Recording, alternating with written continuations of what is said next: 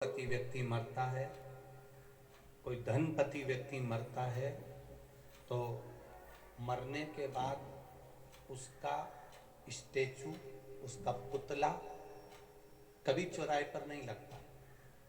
बोलो रे जम के लगा।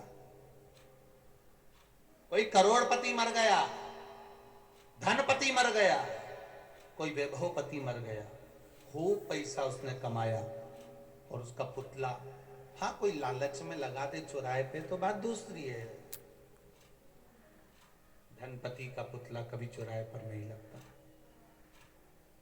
पुतला चौराहे पर उसी का लगता है, भले उसके पास में पैसा नहीं था तो भी जंगल में रहकर छोटी छोटी बच्चियों को, गरीब बेटों को, गरीब बेटियों को, साधारण परिवार को अपने पैसे से छोटा सा स्कूल का निर्माण करा, बच्चों को पढ़ाना चालू करा। 10 बच्चों को पढ़ाकर उसने इंजीनियर बना दिया, 50 बच्चों को पढ़ाकर डॉक्टर बना दिया। धनपति ने खुद की तिजोरी भरी है और एक संत स्वभावी साधारण से साधारण व्यक्ति जब किसी दूसरे के प्रति परमार्थ का कार्य करता है तो चौराहे पर पुतला उसका लगा दिया जाता है कि इसने हमारे राज्य में, हमारे नगर में, हमारे क्षेत्र में एक अच्छा काम किया, कोई श्रेष्ठ कर्म किया, कोई अच्छा कार्य किया।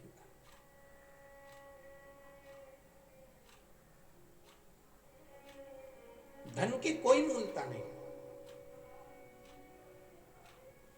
हाँ, जरूरत पड़ सकती है,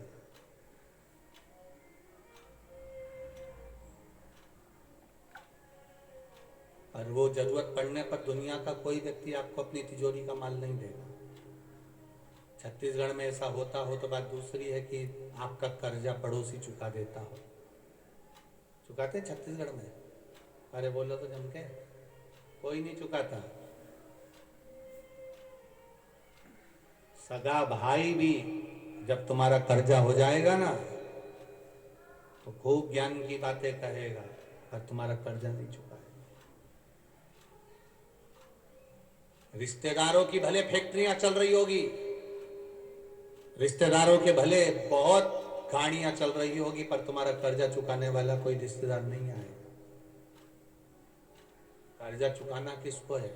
तुमको खुद को मेहनत करना पड़ेगा, तुम्हें स्वयं को आगे बढ़ना पड़ेगा, खूब परिश्रम करना पड़ेगा, भगवान का भजन करना पड़ेगा, उसके आश्रित होकर कार्य करना पड़ेगा, तब वो फल देगा। फल देगा तब आपका कर्जा चुकेगा। किसी की सामर्थ्य तो नहीं कि कोई चुका दे।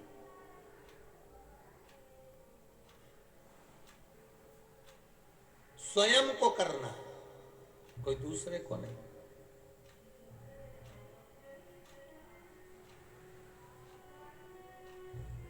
हमारे कर्म का भोग अगर ऐसा होता कि आपके कर्म का भोग दूसरा भोग लेता तो सबसे पहले राम जी महाराज की कथा ही नहीं आती। सीता जी ने एक चिड़िया को कैद में रखा था तो माता जानकी जी को कैद में रहना पड़ा।